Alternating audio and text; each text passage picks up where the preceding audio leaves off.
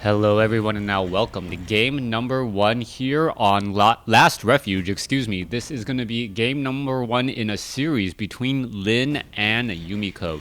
This is taken from NGTV, and well, obviously if you guys are watching this is a WarCraft 3 game between two of the best players in the world, and we'll see what is going to be going down in this particular series. Excuse me. Yumiko has spawned as the blue human player over here on the bottom right hand side of the map. Meanwhile, over here on the top left, we have Lin. Lin and Yumiko, human versus orc, as we are most likely going to be looking at an Archmage versus Blade Master matchup. I believe it's going to be these two particular heroes just because of the versatility both of these heroes bring to the matchup and how strong those heroes are individually for the Blade Master.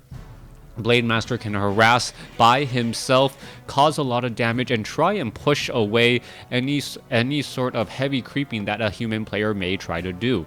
Meanwhile, the Archmage is really forced to try and do a lot of creeping. The reason why is you really want to get to level 3, and then level 4 is also equally important for that Brilliance Aura. That Brilliance Aura giving additional mana to more casters you have, and the more casters you have, the more slow you're able to cast, the more healing you're able to do, and the more spell breakers are stronger with stealing some of that spirit link. Now, we are going to be looking at that Blade Master popping on out in just a moment. It doesn't look like the Voodoo Lounge will be ready in time, and we'll see what happens there. The Blade Master may just try and head over here, take down the Ogre Magi at this 5-3-3 creep camp, and probably not finish off the rest, head back home, heal back up, and then start making a move out. Meanwhile, the Archmage is already on the move. It's going to be dropping a Water Elemental here in just a moment. Militia should be coming in the rear as we are having a build with a very delayed barracks. Alright, I did not notice this earlier. Yumiko just now setting up his barracks. He's not going to have a footman for quite some time, and he's using these militia very, very aggressively. Alright, what is the follow-up play here? There you see it, a Claws of Attack +6 have been dropped. There you go. The last two units are going to be falling relatively quickly. Meanwhile, the Blade Master opted to wait for the Voodoo Lounge to be finished, has a healing salve, has used it, and where is he going to be traveling to next? He could perhaps Windwalk, pick up a Circlet of Nobility.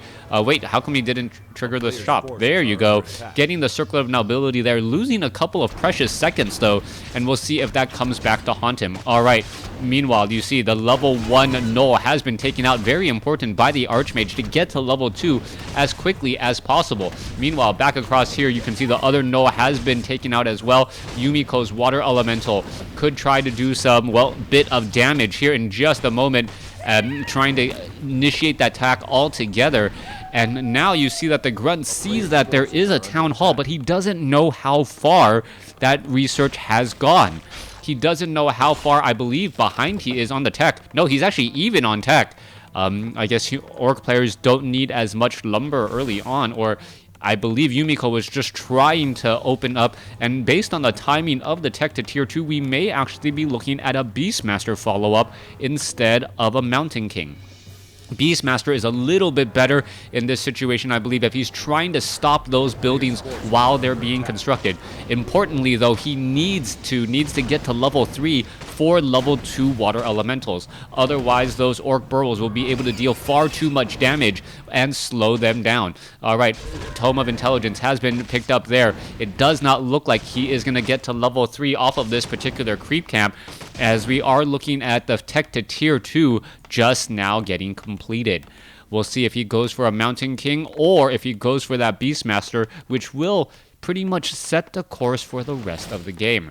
One of the big reasons why I like WarCraft 3 is your heroes are a definite long-term investment. You cannot easily switch between multiple heroes, or you can't change them after you get your third, as we do see the Beastmaster already being added here. Yumiko, however, not grouping that Beastmaster and needs to head back off to the north here, as the Archmage is still sitting only at level 2. Beastmaster now heading back down to the south side, not quite sure what this is going to be about, as we see a second Arcane Sanctum being added. Now, we should be looking at repairs on that farm. He knows that he needs to repair that farm, as the Beastmaster and Archmage are instead going to be going for the bottom left-hand side of the map, clearing out this red Drake mercenary camp. Now, this is a big surprise to me right now because of the way things are working. Normally, you would have the Beastmaster and the Quill Beast putting pressure on this Spirit Lodge and this Bestiary, and I think that is exactly what Lin thought was going to happen. Instead, he actually opted to go after a higher level creep camp and get to level 3. Meanwhile, back down across here, these grunts are pretty much just denying gold from Yumiko, as Yumiko is forced to constantly repair this farm. However, though that loss in gold that he could have had in creeping is also important, as we see a Forest Troll Berserker and a Forest Troll Shadow Priest added as well. You can see the Hawk as the first training. That is actually a little bit unorthodox. The Hawk as the first trained unit as opposed to the Quill Beast. Now, that is going to be able to give sight onto that Blade Master, but there is not going to be any additional damage for quite some time. Where is that Hawk? I don't see the Hawk anywhere. Is he going to launch another Hawk here? There you can see the Forest Troll Shadow Priest now trying to run away. It is not going to have a very good time, though. Walks into a line of trees and now trying to walk back away. No, not in time. The Scroll of Town Portal just a little bit late as the Blade Master gets that killing blow. Excuse me, apparently I have a little bit of allergies right now. You can see that the Hawk is starting to keep track of that Blade Master. That Hawk was flying overhead, but unable to really save that Forest Troll Shadow Priest. Another priest will need to be trained up back at home, as we are getting those all-important sorceresses. Now, Yumiko's follow-up play, what is it going to be? We have a higher level Archmage. Higher level Archmage sitting at level 3, level 2 Water Elementals, level 1 Brilliance Aura, and level 1 Devotion Aura. Very helpful, as the Beastmaster now gets the level 2, picking up Claws of Attack +6 as well. Now, poor Peon not going to be able to really do much damage at all, as the Beastmaster will be dropping those Quill Beasts here in just a moment. Alright, you can see that there is a Hawk in play. It will get ensnared down and get destroyed. A little bit of experience to be had, but no, the Beastmaster shows up and is protecting his summons. Slow being brought into play, and that was a smart call by Lin in order to retreat. Meanwhile, the Blade Master coming back the other way. Militia now joining in on the fight, and this was a big surprise right there. I do not believe the Blade Master was expecting those militia, and it looks as though, no, it is Windwalk level 2. He just doesn't have Boots of Speed, hence why he seems to be walking so slow at this current stage in the game. Devotion Aura, adding in additional 6% effective hit points across all of the units. Footmen, Sorceress, now making their way. Meanwhile, back over here, you can see that the Peasant is now getting taken down. The Blade Master going after the remainder of these units, and the Peasants purposely splitting directions just a bit, as we now see a slow once more cast. However, no Spellbreakers to steal any of that mana, and that Blade Master will in fact be able to get away. Shadow Hunter during this time is trying to do some creeping by himself. Will clear out the 544 merchant shop, or the goblin shop, not the marketplace ad. That's the goblin. That is just the shop. As we now see 53311 creep camp being cleared. Beastmaster and that Archmage is going to be staying at their current levels. Meanwhile, you can see Slow is cast quickly on that unit there, as we see, what, a bear? Misha being the summon of choice rather than the Quill Beast. Alright, Misha is rather a dangerous type of, well, front-line melee unit, and it actually does make a lot of sense. Alright, Tome of Intelligence being left behind. Archmage, go back and get it. Alright, anyone who watches any of my casts know how much I dislike professional players for some reason not reading tomes, and it seems to happen more often than not. Pendant of Mana, or Pendant of Energy, currently on that Archmage. Double Water Elementals. Are we going to be getting a couple of Dispel Magics? Yes, we are. Those Spirit Walkers purposely not casting Spirit Link any longer. There's another Disenchant right there. High damage indeed. Meanwhile, Blade Master trying to finish off this one particular Well, is it going to get taken down? Another ensnare, invisibility, and it still gets taken down since there was an ensnare on it. All right, Kodo Beast eating up a Spellbreaker right there, and Lin is absolutely doing well with this strong push. Is the home field advantage going to, however, tip things in favor for Yumiko? A couple of low hit point units now in the middle of a run as they retreat all the way back. Let's take a look at the current population on both sides, 49 to 48, Yumiko and Lin. All right. Arcane Vault obviously back over here. You can see that the Beastmaster dropping down another Misha needs to get level 3. Level 3 can either enable Hawks or get a higher level Misha. And perhaps the Misha and over Quill Beast is because of that disenchant. Disenchant does a fixed static amount of damage, and if you are able to have a higher hit point unit, you won't be feeding nearly as much experience, as those Quill Beasts do tend to clump together, thereby essentially doubling the amount of damage that those Spirit Walkers are doing.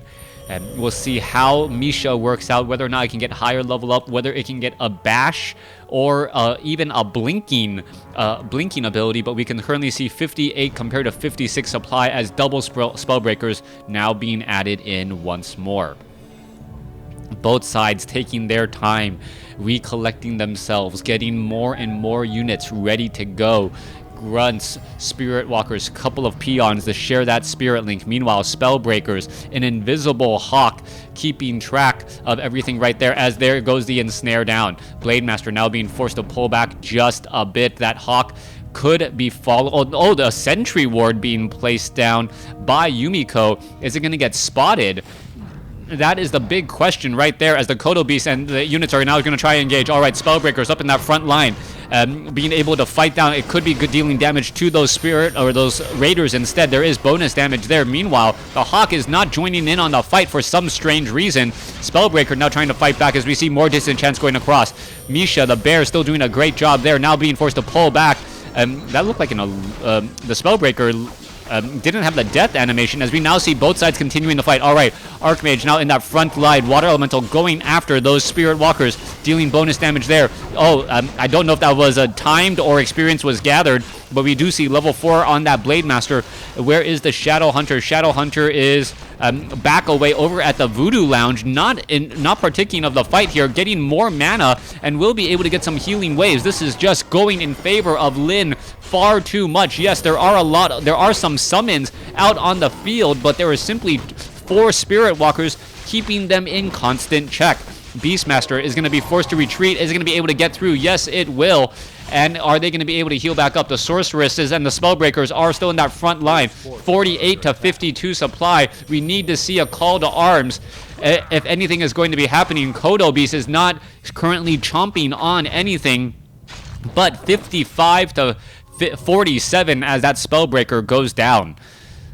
Blademaster dealing high damage here. Now Raiders gonna be dealing a good bit of damage as well. Let's take a look. We do not have pillage on those Raiders or those Grunts, but they are going to be able to get inside this base here in just a moment. Spellbreak or Priest now using that long range attack. We are looking at 50 over 48. No more new units for a little bit of time.